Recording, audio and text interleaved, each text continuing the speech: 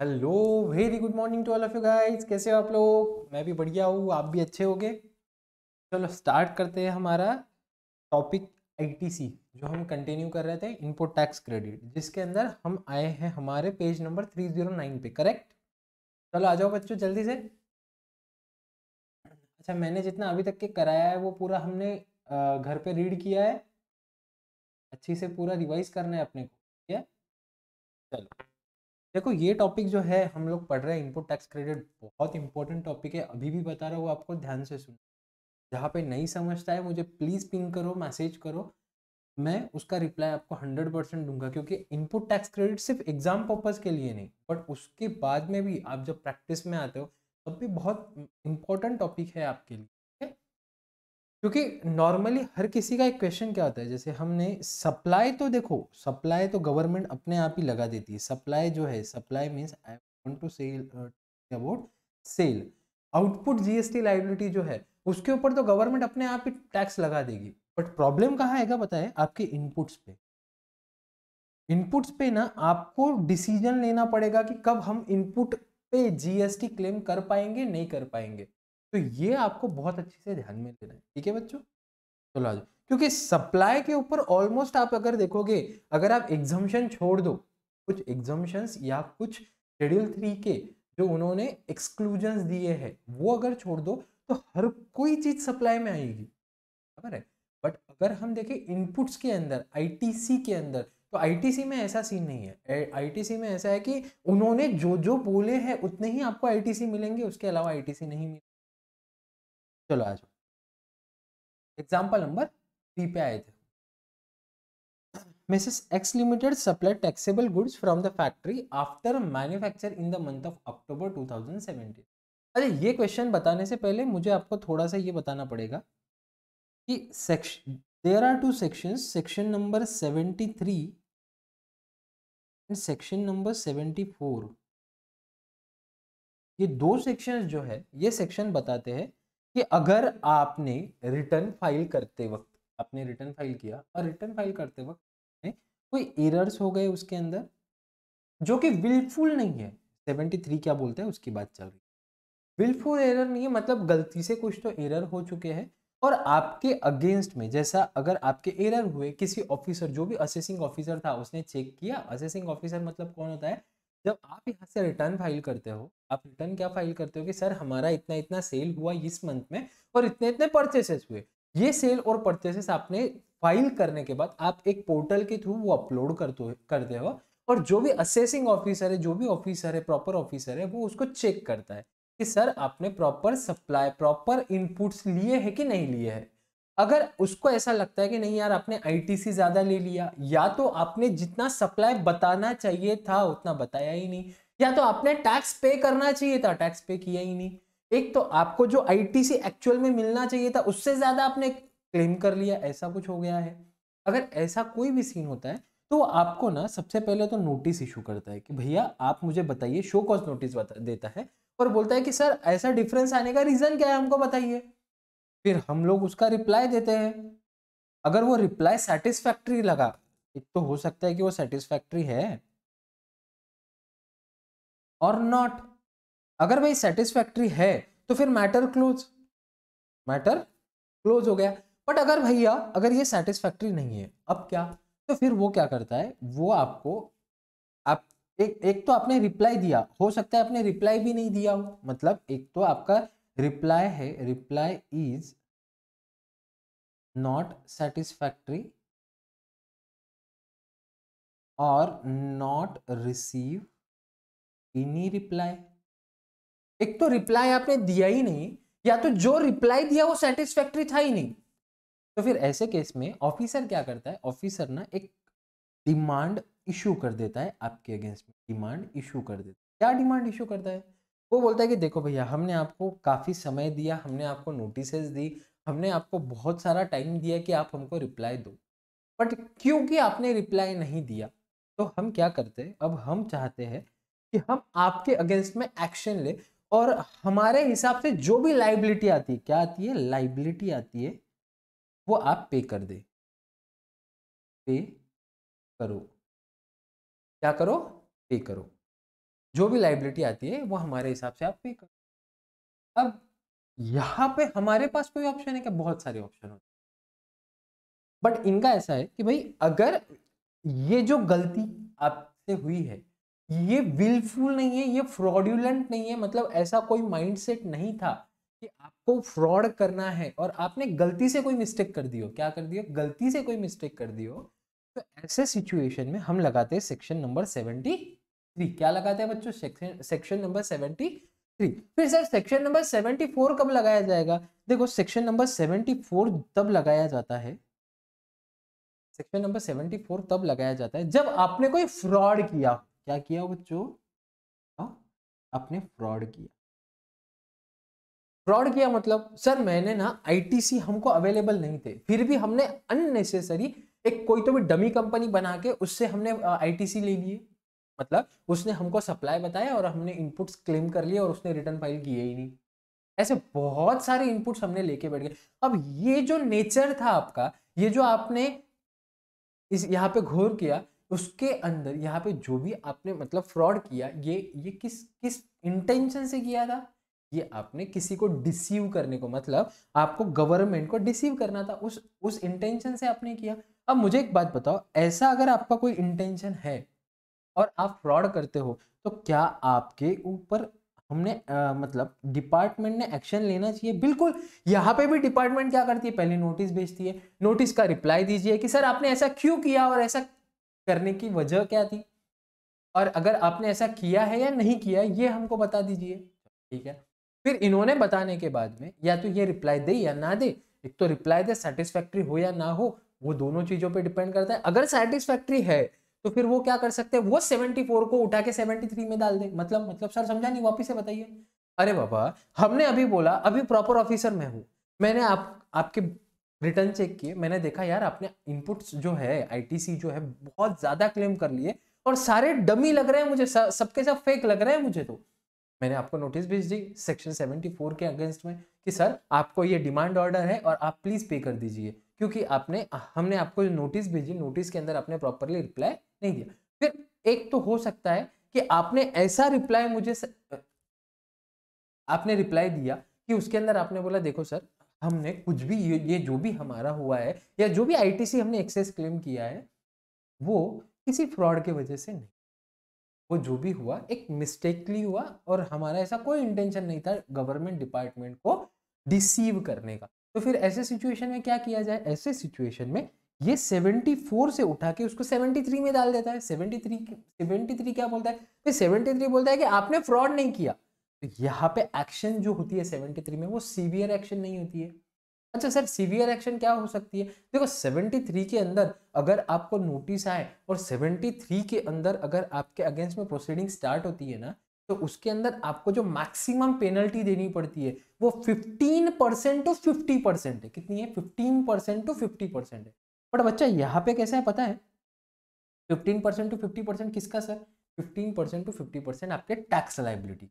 But यहाँ पे कैसा है, और यहाँ पे ना आपको नोटिस देने के बाद, नोटिस अगर आपको इशू होती है उसके बाद में 30 डेज तक के वो वेट करते कि आप एक्सेप्ट कर लो आपकी गलती। अगर आप एक्सेप्ट कर लेते हो ना तो हम आपकी जो भी लाइबिलिटी है उसके ऊपर पेनल्टी नहीं लगाएंगे, सिर्फ इंटरेस्ट और टैक्स दे दो आप और छूट जाओ। ठीक है, लेकिन 74 में ऐसा सीन नहीं है। 74 में कैसा होता है, अगर आपको नोटिस आ भी जाए ना, आपको सिर्फ नोटिस भी आ जाए तो ऐसा समझो उसी दिन से काउंटडाउन स्टार्ट हो गया। जिस दिन नोटिस आई उस दिन 15% आपको पेनल्टी भरना ही है आपके टैक्स लाइफ।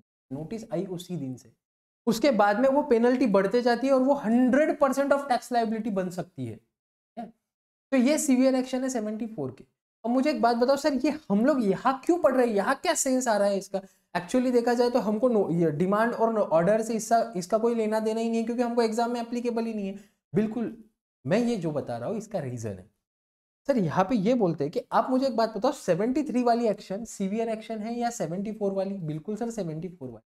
मुझे एक बात बताओ, फिर यहाँ पे हमने आपको बोला कि देखो सर आपका जो सप्लाई है, आपका जो सप्लाई है वो आपने कम बताया है, आपका सप्लाई एक्चुअली ज़्यादा हुआ है। तो सर आपने फ्रॉडुलेंटली किया या नहीं किया? सबसे पहले हम वो देखेंगे।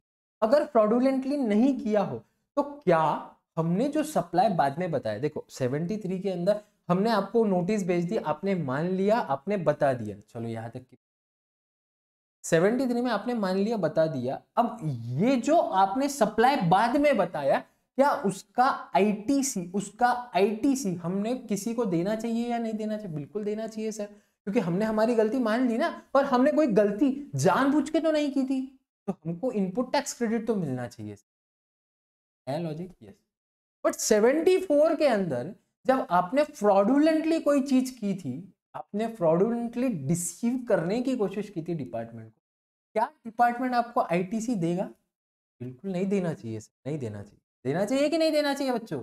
नहीं देना चाहिए। चलो वही तो बात करनी थी हमको कि 74 के अंदर अगर आपको कोई ऑर्डर आ जाती है और उसके अगेंस्ट में आप कोई लायबिलिटी पे करते हो, तो वो जो भी लायबिलिटी आप पे करोगे उसका आईटीसी क्लेम नहीं हो पाएगा। क्या नहीं हो पाएगा? आईटीसी क्लेम नहीं हो पाएगा। Done done done.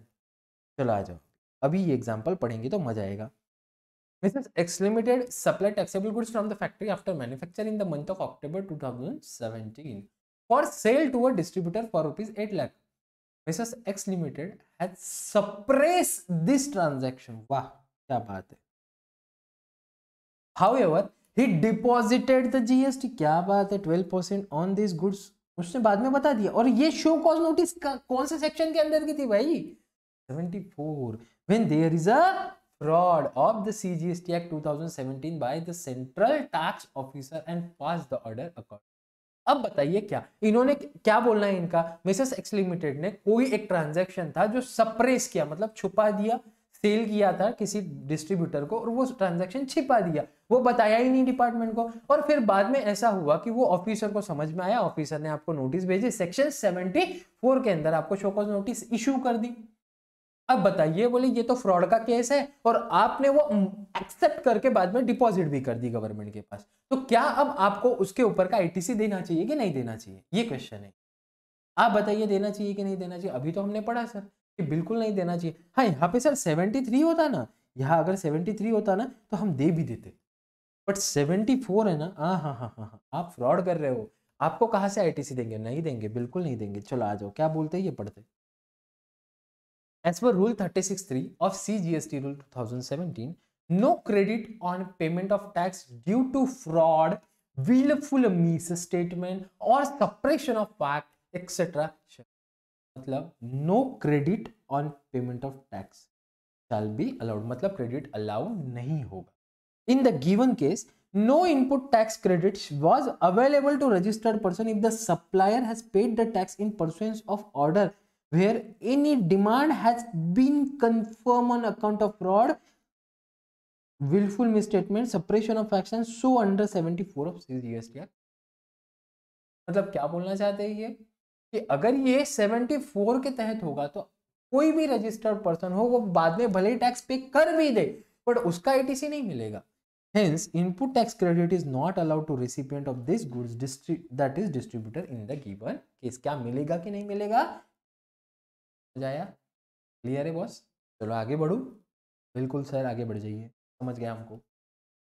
Now notification number 39/2018 dated 4/9/2000 CGST act के अंदर है. इनपुट टैक्स क्रेडिट में be availed based on the following particulars. मतलब समझा नहीं सर? देखो, आपको आईटीसी तभी मिलेगा जब आप ये कंडीशंस को फुलफिल करोगे. सर ये कंडीशन हमें भी समझाइए. First point, amount of tax charge, description of the goods और services, total value of supply of goods और सर्विसेज और both, GSTIN of supplier and recipient and place of supply in case of interstate supply. क्या बोलना चाहते हैं sir? समझ ये क्या चीज है? देखो, अगर आप आपके इनवॉइस के अंदर ये सारी चीजों को मेंशन करोगे तभी हम आपको इनपुट टैक्स क्रेडिट देंगे, ऐसा इनका बोलना है. क्या बोलना है? अगर आप आपके इनवॉइस के अंदर ये सारी चीजों को मेंशन करोगे तो हम आपको इनपुट टैक्स क्रेडिट देंगे. कौन कौन सी चीजें सर? एक तो जब आपका ये इनवॉइस बनेगा, ये इनवॉइस है, ये इनवॉइस है, ऐसा इनवॉइस रहेगा, ठीक है. हाँ सर. अब इसके अंदर क्या क्या होना चाहिए? अमाउंट ऑफ टैक्स चार्ज, मतलब यहाँ पे CGST, SGST ये होना ही चाहिए कंपलसरी, ठीक है सर. उसके बाद में डिस्क्रिप्शन ऑफ द गुड्स, यहाँ पे जब आप गुड्स लिखोगे मतलब एक्स प्रोडक्ट, ठीक है, तो ज़्यादा ही छोटा हो गया नहीं क्या बच्चों? चलो हम बड़ा बना,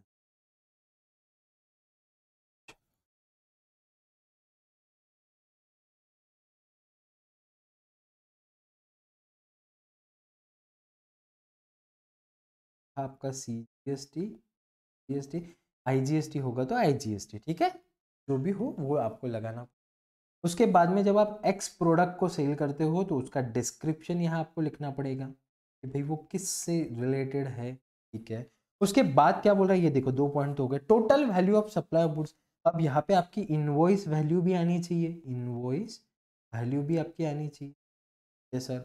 उसके बाद total value of supply of goods और सर्विसेज सर, वो GSTN of supplier and recipient. यहाँ पे जब आप जो भी सप्लायर होगा, मतलब सप्लायर है ABC लिमिटेड और रेसिपिएंट है PQR लिमिटेड, तो इसका GST नंबर आएगा और इसका भी GST नंबर आएगा मैंड, ठीक है। उसके अलावा क्या सर, उसके अलावा place of supply in case of interstate supply, और अगर यहाँ पे IGST होगा तो इनका प्लेस ऑफ सप्लाई भी आना चाहिए। क्या आना चाहिए? प्लेस ऑफ सप्लाई भी आना चाहिए। ये इतनी मैंडेटरी चीजें होनी चाहिए आपके कोई भी इनवॉइस तो नीचे। अब क्या बोलते हैं ये नेक्स्ट सेक्शन के अंदर, ITC on receipt of goods or services, section 16(2)(b) of CGST Act 2000. No credit when tax paid on advance receipt. Section 16(2). एक सेकंड ना बच्चों, हमने सेक्शन 16(2)(a) कंप्लीट किया, 4 तो हमने कर ही लिया था। चलो आज कोई दिक्कत, क्या बोलना चाहते हैं? देखो बच्चों, अगर आप समझने की कोशिश करो तो इन्होंने इनपुट्स लेने के लिए कितनी सारी कंडीशन लगा दी। मतलब आपको अगर ITC लेना है तो सबसे पहले तो आपको 16(1) के अंदर की कंडीशन सुनाई, आपको याद होगा तो ये देखो, ये हमने पढ़ा था कि आपके पास में टैक्स पेयर का डॉक्यूमेंट होना चाहिए, गुड्स और सर्विसेज रिसीव होना चाहिए ना। ये देखो, ये हमने पढ़ा था ये सेक्शन से। अब उसको हम थोड़ा डिटेल में पढ़ना, क्या बोलना चाहिए। No credit when tax paid on advance receipt, मतलब नहीं सर, देखो अगर आपको एडवांस में रिसीट आ गई है, कोई सप्लायर है, या तो ऐसा समझो कि कृष्णा सर आपको लेक्चर्स दे रहे हैं, ठीक है, कृष्णा सर लेक्चर दे रहे हैं तो आपको मैंने बोला कि देखो भाई आपको एडवांस रिसीट देनी होगी, पूरा पेमेंट एडवांस में करना होगा, तभी आपको हम लेक्चर्स इशू करेंगे। और लेक्चर्स इशू करना है, अब सर की डिमांड बहुत बढ़ने लग गई थी, सर के क्लासेस बहुत चलने लग गए थे। हमने क्या बोला, देखो अभी आप पेमेंट करोगे ना तो नेक्स्ट अटेम्प्ट में आपको लेक्चर्स दिए जाएंगे। क्या बोले? अभी अगर आप पेमेंट करोगे तो नेक्स्ट अटेम्प्ट में आपको लेक्चर्स दिए जाएंगे। चलो ठीक है, सब लोग सुन तो लिया सबने, क्योंकि अब सर की डिमांड चल रही थी। अब मुझे एक बात बताओ, अभी सर को पेमेंट तो आज आ गया, कृष्णा सर को पेमेंट कब आया? आज आया। अब GST की लायबिलिटी कब आएंगी और इनपुट आप कब क्लेम कर पाओगे? देखो आपने मेरे बिहाफ पे पेमेंट कर दिया और GST मैंने चार्ज करके आपसे पेमेंट ले लिया। अब आप भी B2B हो, B2B मतलब रजिस्टर्ड पर्सन हो। मैंने आपको इनवॉइस इशू कर दिया कि भाई मैं आपको आज लिख के देता हूँ कि मेरे जो भी लेक्चर्स हैं वो आपको नेक्स्ट, जब भी आपको परचेस करना रहे, जब भी आपको वो देखना रहेगा नेक्स्ट अटेम्प्ट में, तब हम आपको अलाउ कर देंगे। और ये हमारा टैक्स इनवॉइस है, हमने इनवॉइस बना के भी आपको दे दिया, यहाँ तक की बात में कोई दिक्कत नहीं। मैंने आपको GST लगा के दे दिया। अब मुझे एक बात बताओ, वो GST के ऊपर का इनपुट आप कब क्लेम कर पाओगे? सर इनवॉइस जब आपने आज ही इशू कर दिया तो आपने गवर्नमेंट को आज ही भर दिया होगा, तो सर हमको तो आज ही मिलना चाहिए ना, मिलना चाहिए ना, और मिलेगा क्या, ये दोनों में डिफरेंस है। समझ में आ रहा है क्या आपको? मैं बोल रहा हूँ मिलना तो चाहिए लीगली। अगर मैं माइंडसेट से सोचूं तो यार देखो, जब आपको किसी ने इनवॉइस इशू कर दी, आपने पेमेंट कर दिया, फिर अभी गुड्स और सर्विस अभी तक रिसीव भले ही ना हुई हो, क्या बोले, गुड्स और सर्विसेज भले अभी तक ना रिसीव हुई हो, हमको ITC मिलना चाहिए कि नहीं मिलना चाहिए? देखो मिलना चाहिए, बट ये क्या बोलते हैं अभी सुनना है हम। चलो ठीक है, as we are aware of that time of supply of goods और time of supply of service, where time of supply is the date on which the supplier receives the payment if the payment is received prior to the raising of invoice, supply of goods or services. ठीक, क्या मतलब sir समझा ही नहीं क्या बोलना चाहते हैं? अरे बाबा ये बोल रहे हैं कि टाइम ऑफ सप्लाई किसी भी गुड्स का या सर्विस का, हमने पढ़ा है ऑलरेडी। हाँ, हमने बोला था time of supply of goods service. Sir ये सप्लाई की बात है, हम इनपुट्स की बात कर रहे हैं। देखो दोनों में डिफरेंस है, समझने की कोशिश करो। बहुत बार ना हम लोग यही कंफ्यूज हो जाते हैं, सर ये supply, time of supply inputs में लगता है या आउटपुट में लगता है? हमेशा टाइम ऑफ सप्लाई हम आउटपुट टैक्स लायबिलिटी डिटरमाइन करने के लिए निकालते हैं।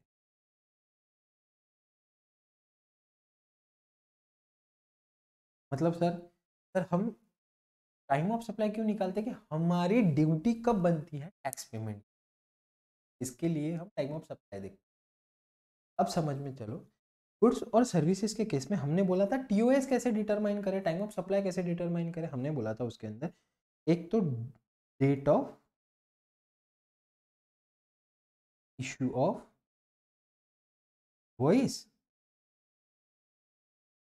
और date of receipt of payment, whichever is earlier will be place of supply, sorry time of supply। क्या बोला था? whichever is earlier will be the time of supply। यहाँ तक की बात में कोई दिक्कत है क्या? हम लोगों ने ये पढ़ा था ऑलरेडी, मैं आपको सिर्फ रिवाइज करवा रहा हूँ ये वापस से। तो सर टाइम ऑफ सप्लाई ये आउटपुट टैक्स लायबिलिटी के लिए हम डिटरमाइन करते हैं। तो अरे बाबा ये यहाँ पे सिर्फ ये बोलना चाहते हैं, ये कंपेयर करके दे रहे हैं आपको कि इनपुट्स के अंदर हम क्या करते हैं और आउटपुट के अंदर हम क्या करते हैं।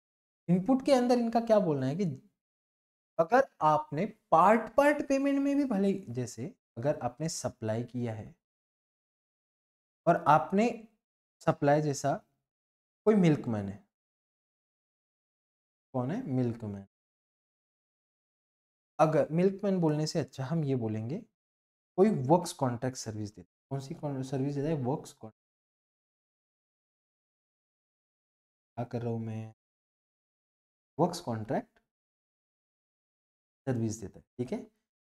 अब वर्क्स कॉन्ट्रैक्टर जो भी सर्विस देता है वो ना पूरी एक दिन तो सर्विस देता नहीं है, वो क्या करता है?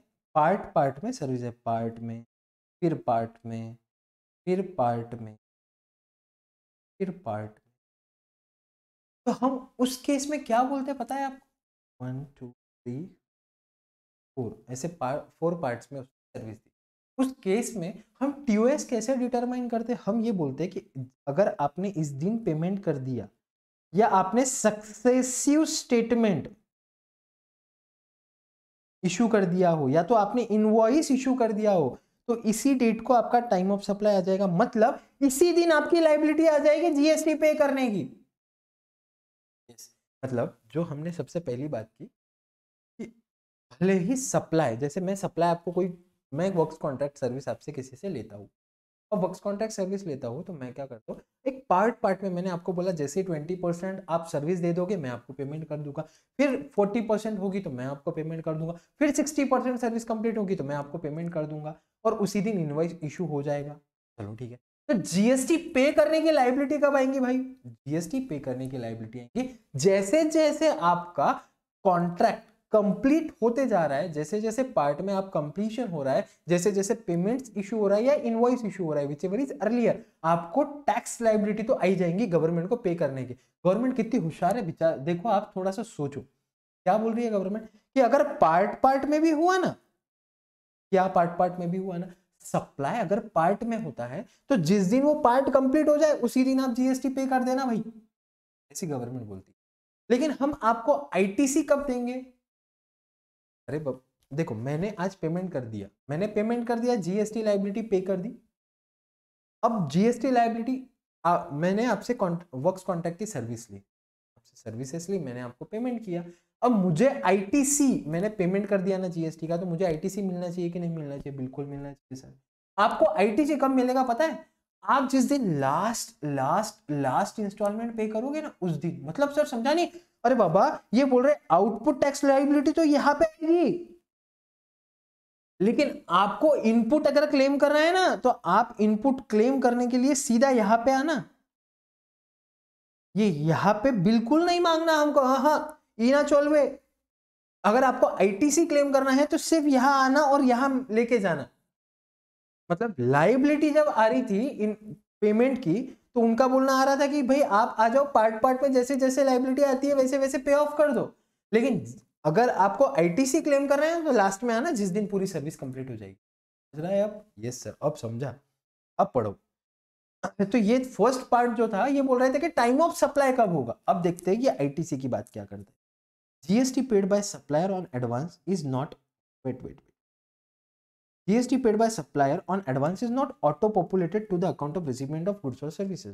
The recipients of goods or services is not entitled for credit of tax paid on advance by the supplier. भले ही आप एडवांस में पेमेंट कर रहे हो, उसका आईटीसी आपको आज नहीं मिलेगा। Section 16(2)(b provide that the receiver should have received the goods or services for availment of credit. मतलब इनकी कंडीशन क्या है पता है? इनकी कंडीशन ये है कि अगर आपको आईटीसी क्लेम करना ही है तो फिर एक काम करो, पूरी की पूरे गुड्स और सर्विसेज आप रिसीव कर लो, तभी आपको हम आईटीसी देंगे। When the payment are made on advance receipt of supplier, the recipient has not received the goods or services. आप जब पेमेंट दे रहे हो, क्या आपको वो गुड्स रिसीव हो गए थे? मतलब अगर आपने कोई कंस्ट्रक्शन कॉन्ट्रैक्ट का कोई सर्विस दिया किसी को, या कंस्ट्रक्शन कॉन्ट्रैक्ट के लिए आपने किसी से सर्विस ली है, कंस्ट्रक्शन कॉन्ट्रैक्ट से रिलेटेड सर्विसेज वो देगा तो वो पार्ट पार्ट में देगा, लेकिन कंप्लीट जिस दिन होगा उसी दिन आपको गुड्स या सर्विस मिलेगी। लेकिन आपको पेमेंट जो है वो तो पार्ट में ही करना है। मतलब जब आप पेमेंट करते हो तो जीएसटी लायबिलिटी तो अराइज हो जाएगी, बट आपको आईटीसी अगर लेना है, क्लेम करना है, तो वो आपको जब लास्ट इंस्टॉलमेंट पे होगी, जब आपको गुड्स या सर्विसेज रिसीव होंगी, उसी दिन आपको आईटीसी मिलेगा। क्लियर है? Therefore he is not entitled for ITC. Now, registered person should receive the goods or services and use are intended to be used. अब ये बोल रहा है कि भाई ठीक है, आपने रिसीव तो होना ही चाहिए, मतलब गुड्स और सर्विसेज रिसीव तो होना ही चाहिए, उसके साथ साथ यूज और intended to be use in the course और फर्दरेंस ऑफ बिजनेस। ये तो हम पहले से ही बोलते आ रहे हैं कि आईटीसी आपको तभी मिलेगा जब एक तो आप गुड्स और सर्विसेज को रिसीव कर लोगे। मतलब सर समझ में नहीं। देखो मैंने किसी को बोला कि सर आप मुझे ना 10,000 बैग्स जो भी है व्हीट की बैग्स हैं, मुझे आप भेज देना, 20 अक्टूबर को भेज देना, ऐसा मैंने उनको बोला। आज की है 10 अक्टूबर, मैंने आज ही उनको पेमेंट कर दिया, और मैंने जीएसटी लगा के उसको सप्लाई डिटरमाइन कर लिया, आज जीएसटी लायबिलिटी पे कर दी। सर मुझे आईटीसी कब क्लेम होगा इसका आईटीसी हमको जिस दिन ये गुड्स और सर्विस रिसीव होंगी, मतलब जिस दिन वो बैग्स, जो भी मैंने बैग्स बोली थी, जिस दिन वो बैग्स रिसीव होगी उसी दिन मुझे आईटीसी मिलेगा। एक तो कंडीशन हुई जिस दिन आपको रिसीव के दिन, रिसीट ऑफ गुड्स और सर्विसेज, ये एक मैंडेटरी चीज है, ठीक है, टू क्लेम आईटीसी। ठीक है, अब गुड्स और सर्विस रिसीव तो हो गए, लेकिन ये गुड्स और सर्विसेज इन द कोर्स और फर्दरेंस ऑफ बिजनेस भी तो होना चाहिए ना।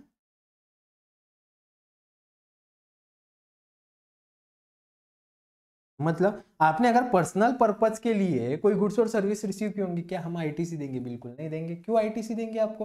भाई पर्सनल पर्पज के लिए आईटीसी नहीं मिलेगा, आईटीसी तभी मिलेगा जब आप बिजनेस में उसको अप्लाई कर रहे होंगे। तो क्लियर है? बस चलो ठीक है।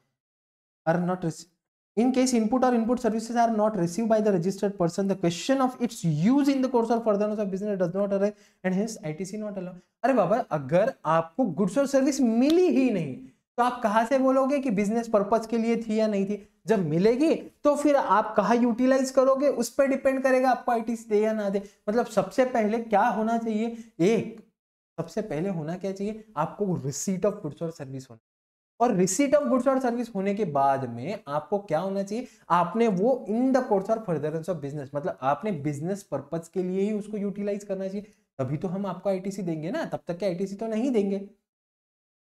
समझ रहे हैं आपको कितने कंडीशंस लगा रहे हैं ये, जब आपको आईटीसी क्लेम करवाना है तब। क्लियर है? बस चलो आ जाओ एग्जाम्पल नंबर 4 पे आते। बहुत अच्छा एग्जाम्पल है, और ये एग्जाम्पल मुझे तो भी लगता है आप स्टार मार्क करके रखना, एग्जाम पर्पज के लिए इंपॉर्टेंट है, और ये आपको लास्ट टाइम करके जाना, क्योंकि ऐसे एग्जाम्पल एक्चुअल में पेपर में आते हैं, और तब आपका प्रेजेंस ऑफ माइंड डिटरमाइन करता है कि आप कैसे उसको हैंडल कर पाते हैं। और कुछ भी डिफिकल्ट नहीं है, मतलब अगर अभी तक का जितना मैंने आपको बताया है वो अगर आपको समझाऊंगा तो मुझे नहीं लगता इसके अंदर कुछ भी डिफिकल्ट। एक सिर्फ ये पॉइंट आपको मैंने बताना रहा है नॉर्मल लॉस और एबनॉर्मल लॉस का, मैं वो आपको सिर्फ 1-2 मिनट में बता देता हूँ, उसके बाद में आप ये क्वेश्चन का आंसर आप ही दे सकते हो, ठीक है। सर क्या है नॉर्मल लॉस, एबनॉर्मल लॉस? देखो बच्चों,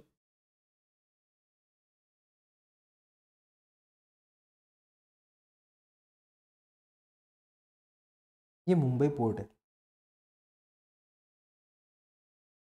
ये मुंबई पोर्ट के पास में ना यहाँ पे एक माइनिंग एक्टिविटी होती है, माइनिंग एक्टिविटी होती है जहाँ पे पेट्रोलियम का माइनिंग होती है, ठीक है। अब सर मैं यहाँ बैठा हूँ महाराष्ट्र में, ये यहाँ पे महाराष्ट्र में मैं बैठा हूँ, ये पेट्रोल ना सर हमको यहाँ चाहिए था, तो हमने बोला कि देखो सर ये यहाँ से आप जो भी माइनिंग करोगे उसके बाद में ये जो भी पेट्रोल यहाँ से निकलेगा ये हमें ला के दे देना। बोला ठीक है, कोई दिक्कत नहीं है। बट सर ये पेट्रोल जब ये जो भी कंटेनर्स है, ये एक कंटेनर है, ये कंटेनर में जब भी आएगा ना ये पेट्रोल, तो सर हम ये एक बात बता देते हैं आपको, ये कंटेनर, एक सेकंड थोड़ा अलग हो गया, अजीब ही हो गया, ये ऐसा होता है कुछ तो भी कंटेनर है ना, उसके अंदर ये कंटेनर था, एरोप्लेन नहीं है सर, वो कंटेनर है, ध्यान दो कंसेप्ट पे ध्यान दो, चलो ठीक है सर। ये कंटेनर में आ रहा था, लेकिन ये ना यहाँ पे इसका वो आपने अगर देखा होगा तो पेट्रोल वगैरह आता है पेट्रोल पंप पे, तो यहाँ पे ना सर कुछ तो उसका इवापरेशन होता है, और एक नॉर्मल लॉस तो हो ही जाता है, इवापरेट होता है ना पेट्रोल, होता है कि नहीं होता है? हाँ होता है सर। तो फिर उसके अंदर हमको पता है नॉर्मल लॉस हो ही जाता है एक 20% का। क्या होता है हमेशा, हमेशा हम अगर यहाँ पे 2000 लीटर अगर पेट्रोल बुलाते हैं ना सर, 2000 लीटर अगर पेट्रोल बुलाते हैं तो उसके अंदर से पक्का फोर फोर फोर के अंदर से पक्का 400 लीटर, 400 लीटर का तो इसमें नॉर्मल लॉस होता ही है, नॉर्मल लॉस होता ही है, ये हमने बता दिया सर। देखो अब मैं आपको इनवॉइस जो दूंगा वो इनवॉइस कितने का दूंगा, जब देखो यहाँ से ये गुड्स आ रहे हैं, यहाँ गुड्स आ गए, और ये पर्सन है ये सेल करने वाला, तो इसने जो इनवॉइस बना के दिया ये कितने लीटर का बना के दिया होगा बच्चों? बट ऑब्वियसली सर 2000 लीटर का ही बना के दिया, ठीक है। अब सर मुझे एक बात बताओ, एक्चुअल में अपने पास आया कितना पेट्रोल? 1600 लीटर ही तो आया, बीच में चला गया ना, उड़ गया ना वो, है ना, उड़ गया ना वो। सर अब मुझे बताओ आपको आईटीसी कितना मिलना चाहिए, 2000 का दूं या 1600 का दूं? क्योंकि अभी अभी अभी 10 मिनट पहले हमने आपको बोला था कि sir actual receipt of goods और सर्विस होना चाहिए। अच्छा गुड्स और सर्विसेज रिसीव तो हो ही गई एक्चुअल में, बट पूरी हुई कहाँ? 400 तो उड़ गई, तो आपको दू कितना, 1600 का देना चाहिए आईटीसी या पूरा 2000 का? देखो यहाँ पे अगर हम आपको 1600 दे तो गवर्नमेंट डिपार्टमेंट को ना लोग मारते थे कि सर आप 1600 कौन से हिसाब से दे रहे हो? वो 400 जो नॉर्मल लॉस हो रहा है वो हमारी वजह से थोड़ी हो रहा है, पेट्रोल की प्रॉपर्टी ही है वो कि वो उड़ जाएगा, तो सर उतना तो उड़ता ही है, नॉर्मल है वो, उस उतना तो आपको अलाउ करना ही चाहिए, बिल्कुल करना चाहिए, यस। तो सर ये यहाँ पे हम आईटीसी आपको जो देते हैं वो पूरा 2000 लीटर के ऊपर अलाउ किया जाए, ठीक है। लेकिन अब बात ऐसी हुई, ये 2000 लीटर में से 400 लीटर का नॉर्मल लॉस तो हुआ ही हुआ, लेकिन यहाँ पहुंचते पहुंचते ना ये 1600 लीटर नहीं यार 1500 लीटर ही आए। अरे अभी तो सर आपने बोला था 400 का नॉर्मल लॉस है, हाँ 400 का नॉर्मल लॉस तो था ही ना। अब इसने क्या किया, इसने ना 100 लीटर का और एबनॉर्मल लॉस, कैसे हुआ सर? अरे कुछ भी हुआ होगा वहां पे, उसने गलती से वो कंटेनर का वो उसका ढक्कन, वो जो भी उसका टैप है वो खोल के रख दिया होगा, कुछ भी हुआ होगा ऐसा, या तो वो वहाँ पे 2 घंटे ज़्यादा रुक गया उस वजह से, या जो आने का टाइम चाहिए था उससे ज़्यादा टाइम उसने ले लिया और उस वजह से वो हेयर प्रेप ज़्यादा हो गया, कोई कोई भी रीज़न हो सकता है, मतलब 100 लीटर का एबनॉर्मल लॉस हुआ, एबनॉर्मल। अभी गवर्नमेंट आएगी आपके पास, अभी गवर्नमेंट आएगी आपके पास और गवर्नमेंट बोलेगी देखो बच्चा, मैंने आपको क्या बोला था, आपको तो हम 2000 नहीं, हम आपको तो 1600 लीटर का ही देने वाले थे, लेकिन आपने बोला कि चलो ठीक है सर, देखो 400 का तो नॉर्मल लॉस है, ये आप हमको नहीं देंगे तो हम कैसा चलेंगे, आईटीसी तो हमको मिलना चाहिए, तो हमने आपको आईटीसी अलाउ कर भी दिया था। लेकिन सर ये जो 100 लीटर का लॉस हुआ ना, ये हमारी वजह से या नॉर्मल कोई चीजों की वजह से तो नहीं हुआ, ये एबनॉर्मली हुआ है, हर किसी को नहीं होता भाई, सिर्फ आपको हुआ है, तो इसका आईटीसी तो हम नहीं देने वाले। तो अब नॉर्मल लॉस का आईटीसी देना चाहिए कि नहीं देना चाहिए? बिल्कुल नहीं देना चाहिए। क्यों देना चाहिए? अगर आपकी गलतियों के वजह से अगर कोई लॉस होता है और वो गवर्नमेंट क्यों से है, हाँ नॉर्मल लॉस है तो हम समझ सकते हैं कि भाई सबको होता है, आपको भी हो गया, तो हम आपको आईटीसी अलाउ कर भी दे, बट एबनॉर्मल लॉस हो रहा है जिसके अंदर आप खुद जिम्मेदार हो, तो हम उसका आईटीसी आपको अलाउ क्यों करें? मतलब आपका घाटा तो हमारा घाटा, हाँ हाँ हाँ हाँ, आपकी इनकम तो हमारी इनकम, ये गवर्नमेंट बोलेगी 100%। आपका घाटा हमारा घाटा नहीं है, गवर्नमेंट सीधी बात, नो बकवास। चलो ठीक है, मतलब ये 100 लीटर का आपको आईटीसी मिलेगा कि नहीं मिलेगा? बिल्कुल नहीं मिलेगा। माइंड क्लियर है? चलो सर आज अभी बताओ सर एग्जाम्पल क्या बोलना चाहता है, चलो आ जाओ अब समझेंगे। Major C limited Chennai procured goods 10,000 kg at the rate 100 per kg, इसने परचेज किया भाई बंदे ने, चलो ठीक है, from messrs D limited of Delhi. This goods came to messrs C limited of Chennai in the following manner. और कैसे कैसे गुड्स आए ये इसकी बात करते हैं। डेट ऑफ डिस्पैच है और date of receipt of goods, भाई वहां से निकला 10 अक्टूबर को, 2 नवंबर को और 3 दिसंबर को, 2000, 5000 और 3000, ठीक है। और यहाँ रिसीव कब हुआ? 15 को, 28 को और 1 जनवरी। मुझे एक बात बताओ, आईटीसी मैं कब क्लेम करूं? ये नीचे का छोड़ दो, चलो जाना, देखना ही नहीं है नीचे हमको, यहीं पे बात करो, इतने ही डेटा के ऊपर आप बात करेंगे, इतने ही डेटा के ऊपर। ये डेटा का तो हमको अभी लेना देना ही नहीं है, सिर्फ मुझे इतने डेटा के ऊपर से बताओ, मुझे आईटीसी कब क्लेम होगा या मुझे आईटीसी कब मिलना चाहिए? बोलो बोलो जल्दी बोलो, चलो लगाओ दिमाग अपना अपना, अभी तक के तो मैंने आपको सब बता दिया। बोलो 15 नवंबर करेक्ट, 28 नवंबर करेक्ट, 1 जनवरी करेक्ट है ना? 2 लगा के दूंगा क्या सर? नहीं ऐसा क्यों बोल रहे आप? अरे बाबा 15 नवंबर ये पार्ट पार्ट में आपको रिसीव हो रहा है, और हमने क्या बोला था, जिस दिन लास्ट इंस्टॉलमेंट आए उस दिन आपको आईटीसी देंगे। अब लास्ट इंस्टॉलमेंट कब आया? 1 जनवरी को आया sir. Date of receipt of goods क्या है? 1 जनवरी। तो हम आपको आईटीसी कब देंगे? ये पूरा का पूरा आईटीसी आपको 1 जन को ही मिलेगा, उसके पहले तो मिलने का सवाल ही नहीं आता। सर अब समझ, अब समझ, अब इसके बाद गलती नहीं होगी, ठीक है? चलो ठीक है, अब मुझे एक बात बताओ, आपको आईटीसी मैंने कितने केजीज पे देना चाहिए, कितने किलो का देना चाहिए? देखो 10,000 केजीज मैंने बुलाया था, इसके अंदर से ये इतना रिसीव हुआ और ये इतना नॉर्मल लॉस हुआ और इतना ये एबनॉर्मल लॉस हुआ, बताओ कितना आईटीसी मिलना चाहिए? बोलो बोलो बोलो। सर सिंपल है, हम क्या करेंगे, ये 10,000 किलो में से ये भी माइनस कर देंगे और ये भी माइनस कर देंगे, तो हमको आईटीसी हम मारू पकड़ के वापस से। अरे मैंने अभी आपको बोला कि नॉर्मल लॉस तो हम आपको अलाउ कर ही देंगे ना बच्चों, ये वाला जो नॉर्मल लॉस है ये आपको अलाउ हो जाएगा कि नहीं हो जाएगा? बिल्कुल हो जाएगा। फिर हमको अलाउ कौन सा नहीं होगा? ये अब नॉर्मल लॉस। ओ ओ ओ ओ ओ मतलब सर अभी हमको समझा कि जब 9880 केजीज का आईटीसी हमको मिल जाएगा, मिल जाएगा कि नहीं मिल जाएगा? बिल्कुल मिल जाएगा सर। मतलब इसके ऊपर जितना भी आईटीसी 100 रुपीज पर केजी था, और जो भी 18% जितना भी अमाउंट आएगा, 18% जितना भी अमाउंट आएगा उतना आईटीसी हमको मिल ही जाएगा। समझ में आया? क्या क्वेश्चन पूछ रही है देखो तो। Mister C limited can avail the proportional credit on 15 November and 28 November. क्या यहाँ मिलेगा? बिल्कुल नहीं मिलेगा sir. Can not take proportional credit on quantity received on 15 and 28 November. Clear है boss? Mister C limited is eligible for ITC credit if so when, कब? 1 जनवरी को। बिल्कुल, हमने अभी तो बोला। अरे वाह वाह वाह, हमारा कॉपी पेस्ट करते रहिए लोग। How much credit is allowed to Mrs C limited? चलो देख लेते ये भी। 9880 इन 9880 100 रुपीज, 18%, अमाउंट उतना ही आएगा, ठीक है। यहाँ पे 9880 ले लिया अपन ने गलती से, सॉरी सॉरी सॉरी, 9980 है ना। हाँ वो गलती से मिस्टेक, ठीक है, नोट पढ़ लो क्या बोलना चाहते। Goods receive in lots ITC, goods received in lots ITC available only on receipt of last lot और installment first proviso to section 16 subsection 2.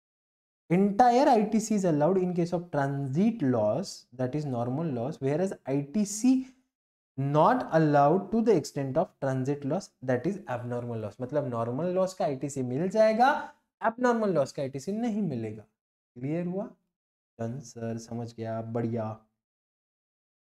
तो इन्होंने समरी भी बना के दी हम कि लॉस ऑफ इनपुट्स के केस में हम आईटीसी कब कब अलाउ करेंगे और कब अलाउ नहीं करेंगे. तो यहाँ पे देखो, अगर हम मैन्युफैक्चरिंग एंटिटी में हैं और हम कोई प्रोसेस करते हैं गुड्स को, जब प्रोसेस किया जाता है गुड्स, देखो ट्रांसपोर्टेशन की बात नहीं हो रही, मतलब गुड्स आ रहा है और बीच में वो कहीं पे लॉस हो रहा है, वैसी बात नहीं है. प्रोसेसिंग, गुड्स का प्रोसेसिंग करते हुए अगर आपको कोई नॉर्मल या अबनॉर्मल लॉस होता है तो वो दोनों का भी आईटीसी मिल जाएगा. ये एक केस लॉ के अंदर डिटरमाइन. तो आपको याद रखना है कि अगर मैन्युफैक्चरिंग एक्टिविटी कैरी ऑन हो रही है और उसके अंदर कोई नॉर्मल या एबनॉर्मल लॉस होता है तो उसका तो आईटीसी दोनों का भी मिलेगा, नॉर्मल का भी मिलेगा, अबनॉर्मल का भी मिलेगा. But in case of transit, मतलब ट्रांसपोर्ट जब हो रहा है गुड्स और उस टाइम पे अगर एबनॉर्मल लॉस होता है तो ही नहीं मिलेगा, अदरवाइज नॉर्मल लॉस तो मिल ही रहा है. क्लियर है बॉस? तो ये आपको याद रखना है. मैन्युफैक्चरिंग एक्टिविटी के अंदर जब भी प्रोसेसिंग हो रहा है और प्रोसेसिंग के अंदर कोई लॉस होता है, फिर वो चाहे नॉर्मल लॉस हो चाहे अबनॉर्मल लॉस हो, दोनों का भी आईटीसी मिल जाएगा. ठीक है बॉस? हाँ सर, समझ. Now deem receipt of goods, explanation to section 16(2)(b) of CGST. The explanation expand the meaning of receipt of goods to provide that it is not necessary that the goods are physically received by the recipient. The recipient can issue the direction to deliver the goods to the third. मतलब bill to ship to. Sir ये क्या है, कुछ समझा नहीं. Bill to ship to क्या बोल रहे हैं आप? देखो देखो देखो, मैंने क्या बोला, देखो कृष्णा सर यहाँ बैठे थे, है ना. अब कृष्णा सर की ना एक गर्लफ्रेंड है, गर्लफ्रेंड यहाँ पे वो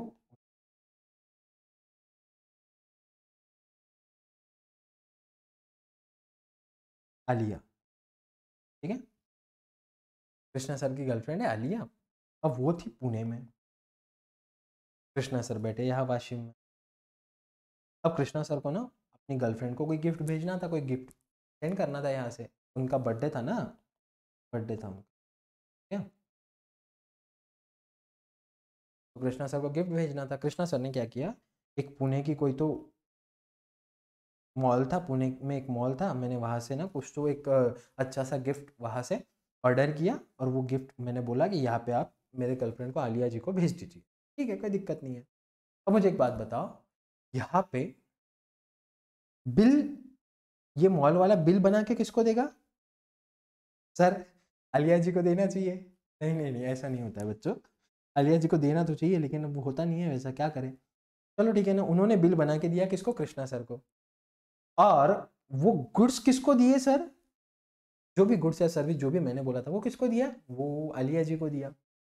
मतलब ये बात समझ रहे हो क्या आप? यहाँ पे बिल मुझे दिया और गुड्स मेरी गर्लफ्रेंड आलिया को दिया.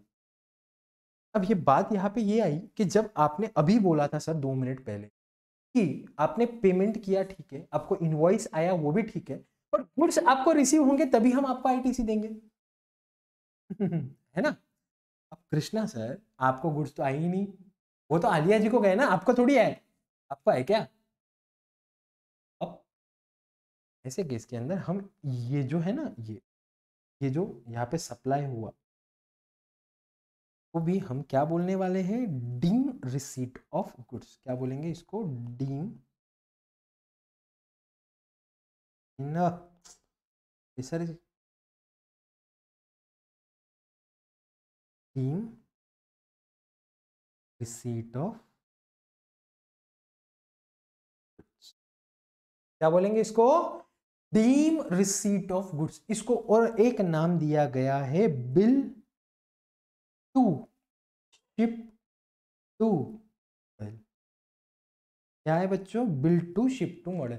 मतलब जिसके अंदर बिल किसको दिया जाएगा? कृष्णा सर को। और यहाँ पे बिल दिया जाएगा कृष्णा सर को। और शिप किसको किया जाएगा? कि गर्लफ्रेंड को, आलिया जी। क्या? चलो आ जाओ, ये देखो अभी मजा आएगा। Goods send to job worker from supplier on the directions of the buyer. अब मैंने क्या किया, यहाँ पे ये एग्जांपल छोड़ दो, इन्होंने मस्त एग्जांपल लिया। ये ना यहाँ पे एक अपना कोई मैन्युफैक्चरिंग प्लांट था, ये अपना मैन्युफैक्चरिंग प्लांट,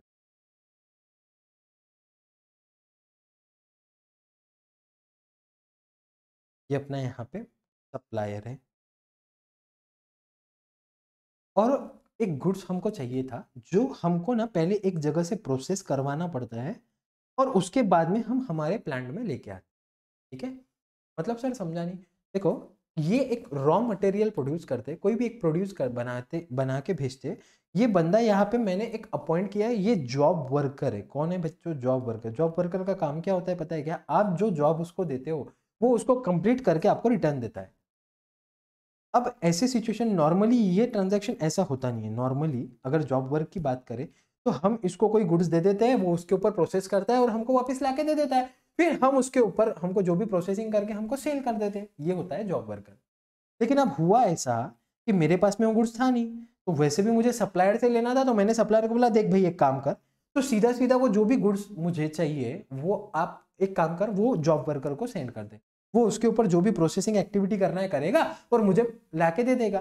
चलो ठीक है। अब ये सप्लायर ने इनवॉइस जो बनाया वो मैन्युफैक्चरर के नाम से बनाया। इनवॉइस जो बनाएगा वो किसके नाम से बनाएगा? मैन्युफैक्चरर के नाम से। और गुड्स सेंड किसको करेगा?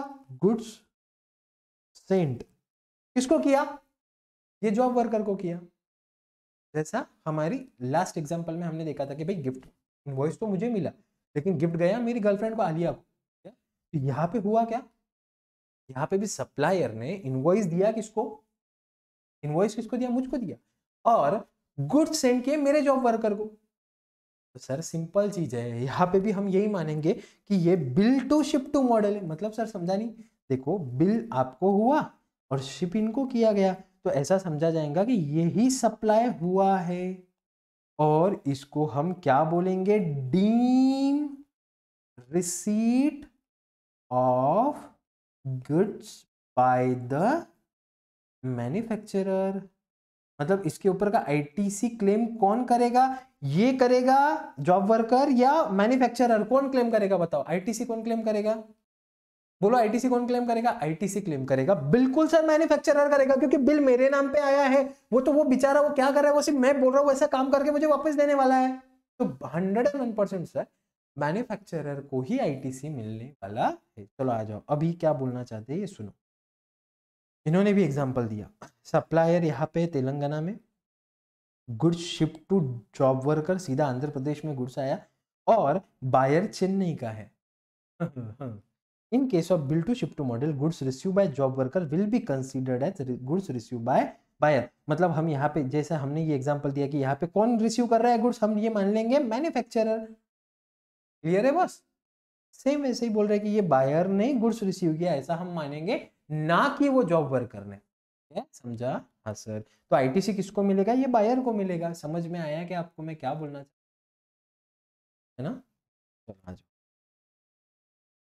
नेक्स्ट।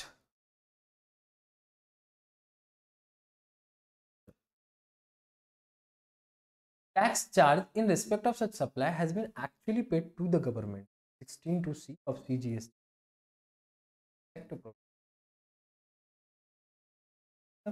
क्या कहना चाहते हैं सर? देखो सर, हमने अभी तक के आपको जब बात की तो सबसे पहले हमने बोला कि देखो, इनवॉइस इशू होना चाहिए।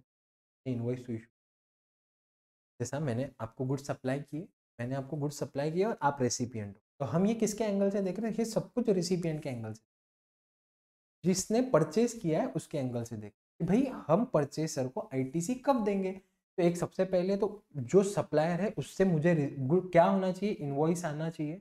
इनवॉइस आने, सिर्फ इनवॉइस आके जमेगा क्या? नहीं सर, इनवॉइस के साथ साथ गुड्स और सर्विस भी रिसीव हो जानी चाहिए। उसके बाद में the tax charge in respect of such supply has been actually paid to the. अब सर यहाँ तक की बात नहीं है, सामने वाले ने आपको इनवॉइस भी दे दिया, सामने वाले ने आपको गुड्स और सर्विस भी दे दी, लेकिन जो आपसे उसने जीएसटी रिसीव किया, मतलब सर मेरे से क्यों जीएसटी लेगा वो?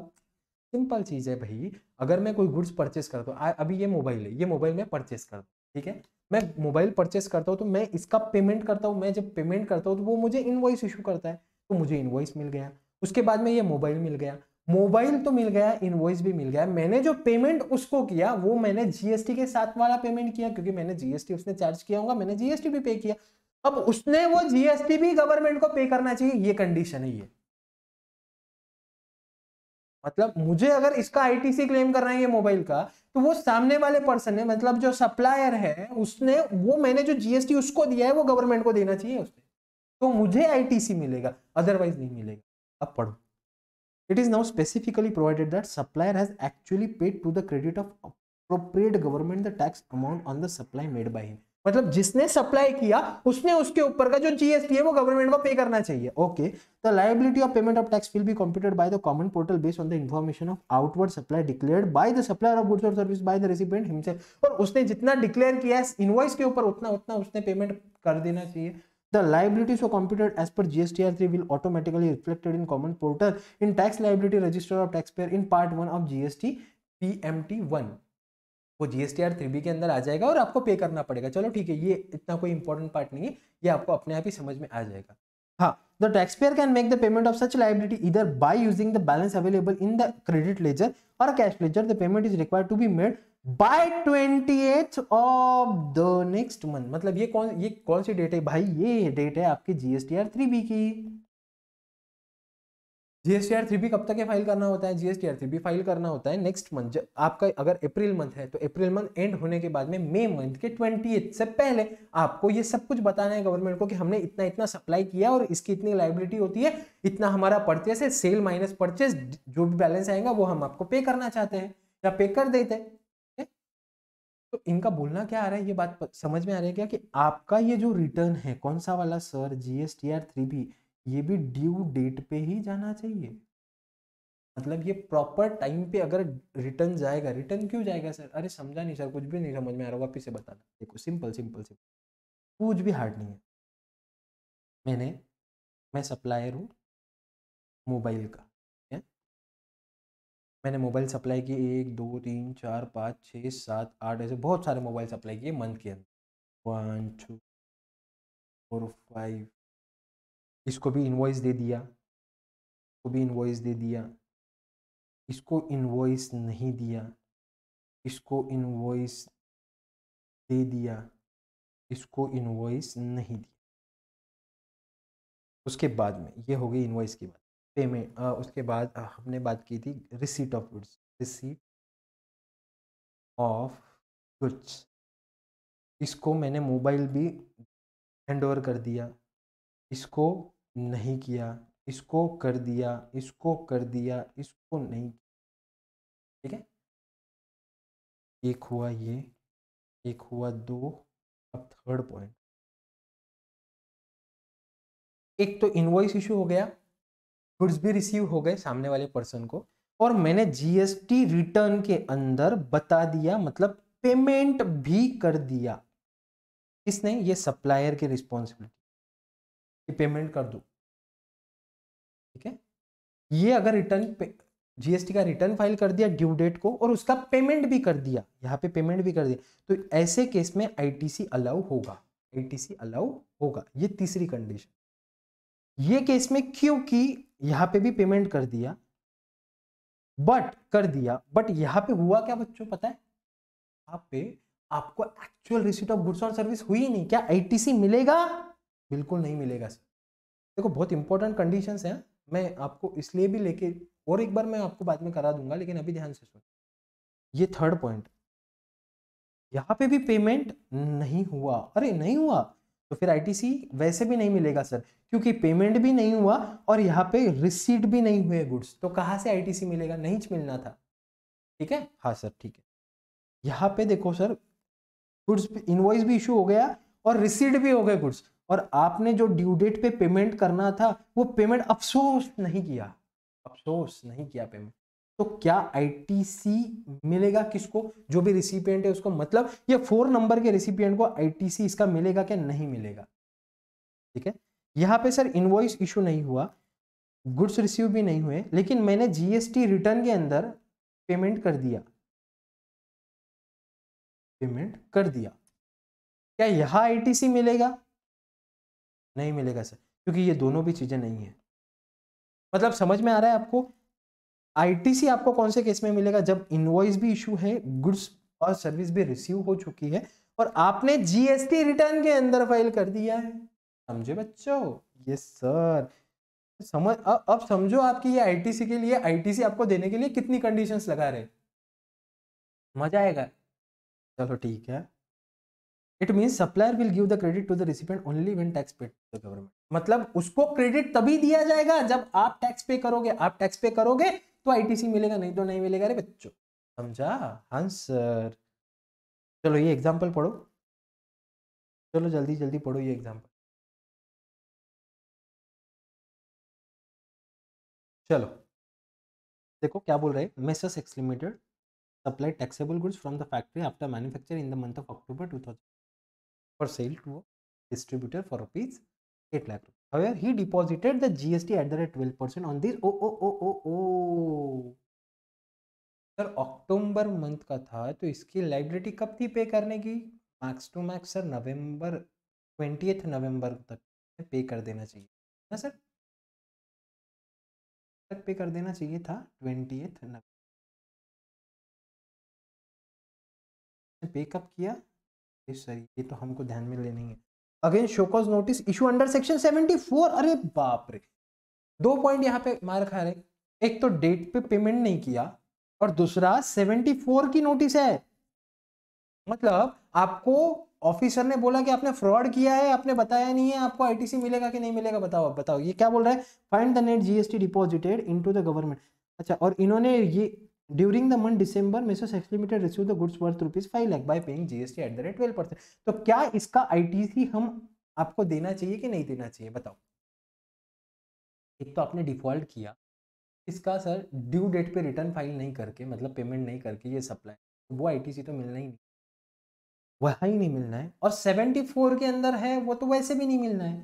तो सर यहाँ पे आपको जीएसटी लाइबिलिटी तो है, कब है, ये आपने देखो क्या, कितने के ऊपर, ये 8 लाख रुपीज़ के ऊपर 18%, कितना 18% है, 12% है, 12% ये यहाँ पे बताया ना 12%, चलो ठीक है, तो 6%, 8 लाख का आपको निकालना है, ये आपके आउटपुट टैक्स लाइबिलिटी है। आईटीसी आपको मिलेगा कि नहीं मिलेगा, बिल्कुल भी नहीं मिलेगा ना sir, GST at the rate 12% paid on 5 lakh is not allowed as ITC. क्यों नहीं मिलेगा, क्योंकि आपने सर ड्यू डेट पे रिटर्न फाइल नहीं किया, तो आपको आईटीसी हम क्यों दें, और दूसरा आपको 74 की नोटिस आई है तो वैसे भी नहीं देंगे।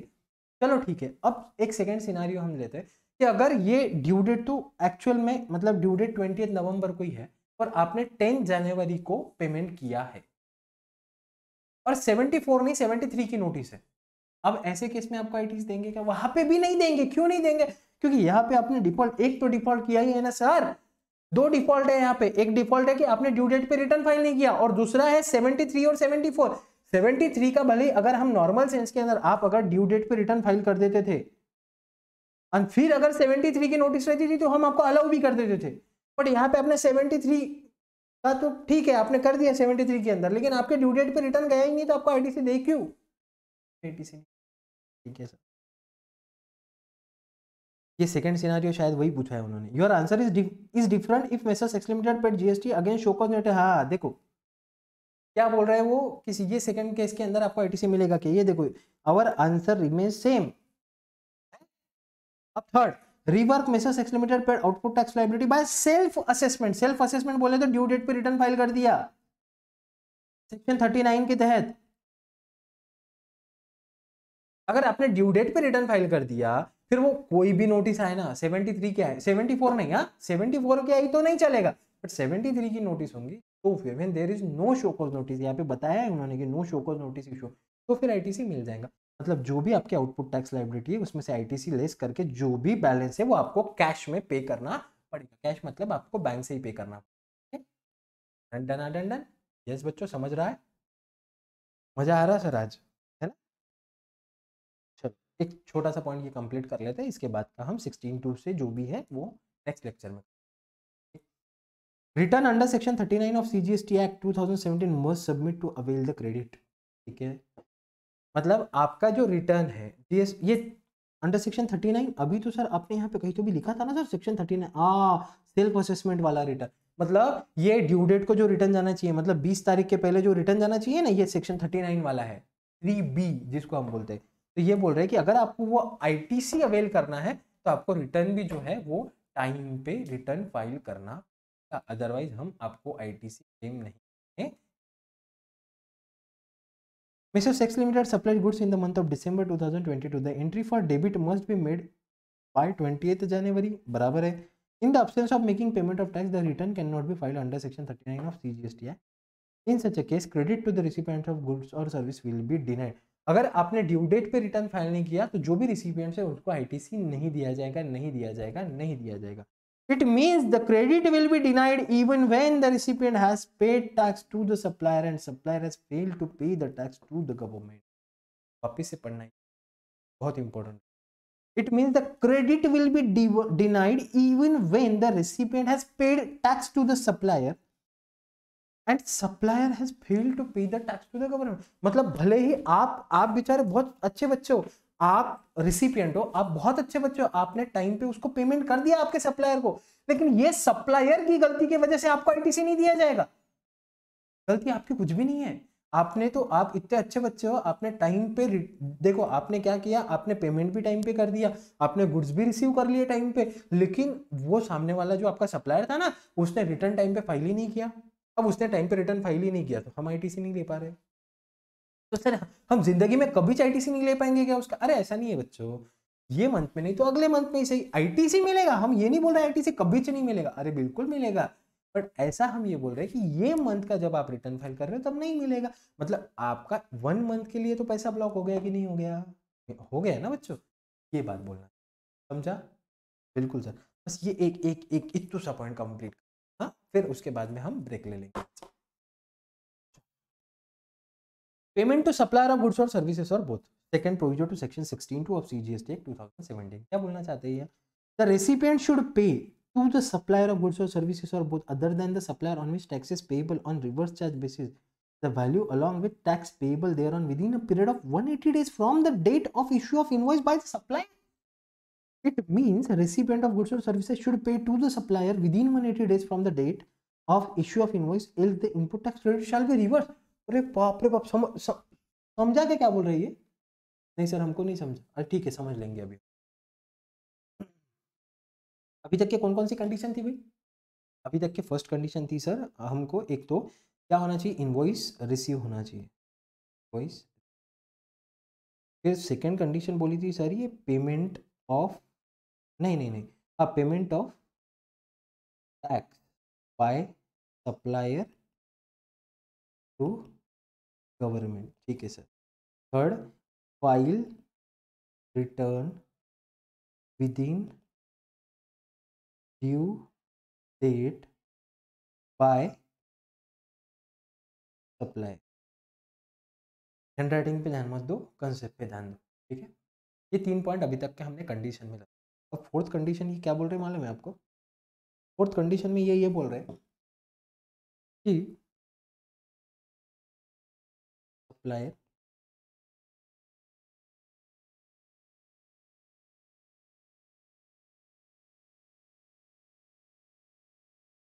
goods supplied on 1st April 2022 and payment received on due on the same date, ठीक है? on, और रिटर्न भी इसको कब फाइल करना था? देखो बच्चों, अगर 1 अप्रैल को हमने सप्लाई किया, कब किया था? 1 अप्रैल को सप्लाई किया। सप्लायर ने रेसिपिएंट को गुड्स सप्लाई किए 1 अप्रैल 2022। सर इसका रिटर्न कब तक के जाना चाहिए था? बिल्कुल सर, 20 मई तक के जाना चाहिए था रिटर्न, और एक्चुअल में गया 20 मई से पहले रिटर्न भी चला गया। अब सर देखो ये payment received on the same, sorry sorry sorry, ये payment received on the same date मतलब ये पेमेंट मेड बाय द, एक सेकंड, ये ना, ये कंडीशन ऐसी है, ओ ओ ओ ओ ओ payment made on same date to the government, to the, क्या हो रहा है,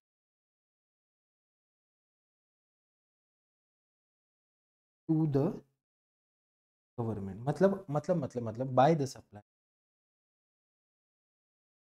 हमारी जो तीन कंडीशन थी कि भाई एक तो गुड्स इनवॉइस इशू होना चाहिए, इसने इनवॉइस भी इशू कर दिया था सेम डे पे, इनवॉइस इशू कर दिया, हमने पेमेंट भी कर दिया गवर्नमेंट ने, किसने, सप्लायर ने, और 20 मई तक के सप्लायर ने रिटर्न फाइल करना था, ये भी हो गया। अब वांदा क्या हुआ, प्रॉब्लम क्या हुआ बताता हूं आपको। ये जो रेसिपिएंट था ना, इसने सप्लायर को पेमेंट किया ही नहीं, पेमेंट नहीं किया। अब इस बार आप डिफॉल्टर निकले, आप डिफॉल्टर निकले मतलब सर क्या हुआ, बहुत बहुत बढ़िया, मैंने आपसे पेमेंट ले ली, मतलब मैंने आपसे गुड्स ले लिए, गुड्स ले लिए, आपको पेमेंट किया ही नहीं, मैंने आपसे गुड्स ले लिए, आप इतने अच्छे बच्चे हो, मैं अब बुरा बंदा, आप बहुत अच्छे बच्चे, आपने ना मुझे गुड्स भेज दिए, मैंने गुड्स ले लिए, आपने जीएसटी का रिटर्न भी ड्यू डेट पे फाइल कर दिया, और मेरा जो सेल था वो इनवॉइस, मुझे जो इनवॉइस आपने इशू किया वो पोर्टल पे दिखा भी दिया, और गवर्नमेंट को जीएसटी पे भी कर दिया मेरे बिहाफ पे कि भाई कृष्णा अपना रोज का बंदा है, भाई कृष्णा अच्छा बच्चा है, वो टाइम पे ड्यू डेट पे हमको पेमेंट, या हमको पेमेंट जल्द ही दे देगा, मैंने, उसने क्रेडिट पे मुझे सेल किया, उसने बेचारे ने गवर्नमेंट को जीएसटी पे भी कर दिया मेरे बिहाफ पे। मैंने ना 180 डेज तक के पेमेंट किए ही नहीं, 180 डेज तक पेमेंट किया ही नहीं, नहीं किया पेमेंट। अब डिफॉल्टर कौन निकला यहाँ पे, रेसिपिएंट। ऐसी अगर कोई सिचुएशन है, ये इनका बोलना ये आ रहा था कि अगर 180 डेज के अंदर, within a period of 180 days from the date of issue of invoice, मतलब जिस दिन इनवॉइस इशू हुआ उसके 180 डेज के अंदर अंदर सब रेसिपिएंट जो है उसने पेमेंट कर देना चाहिए, अगर वो पेमेंट नहीं करता है तो उसको आईटीसी अलाउ नहीं किया जाएगा। अरे सर आईटीसी तो ऑलरेडी अलाउ हो चुका है, आप समझ नहीं रहे सर, हम आपको क्या बताने की कोशिश कर रहे हैं, समझो। आपको इस दिन इनवॉइस इशू हो गया था, आपको 1 अप्रैल को ही इनवॉइस इशू हो गया था, ठीक है, आपको गुड्स भी उसी दिन मिल गए थे, और हमने ड्यू डेट पे 20 मई के दिन, जिस दिन हमारी ड्यू डेट है उस दिन जीएसटी रिटर्न भी फाइल कर दिया और पेमेंट भी कर दिया गवर्नमेंट को, किसने, सप्लायर ने। अब मैं रेसिपिएंट, उसने मुझे बेचारे ने माल क्रेडिट पे दिया और मैंने उसका क्रेडिट का कोई मोल रखा ही नहीं, 180 डेज मतलब जिस दिन इनवॉइस इशू हुआ तब से 180 डेज में ना उसको पेमेंट दिया ना उसके पास मुंह फेरा। तो गवर्नमेंट ऐसे केस में क्या बोलती है, हमने आपको आईटीसी अलाउ कर दिया था, कब अलाउ कर दिया था, अप्रैल मंथ में ही अलाउ कर दिया था ना, और अब आप बोल रहे कि आईटीसी नहीं देंगे, अरे आईटीसी तो हम लेके बैठ गए। ऐसा नहीं है, आपको आईटीसी दे दिया था ना, एक काम करो अब वो पूरा आईटीसी रिवर्स करो, मतलब सर समझा नहीं, मतलब अब आपकी आउटपुट टैक्स लायबिलिटी, किसकी, रिसिपिएंट की आउटपुट टैक्स लायबिलिटी में वो आईटीसी रिवर्स हो जाएगा।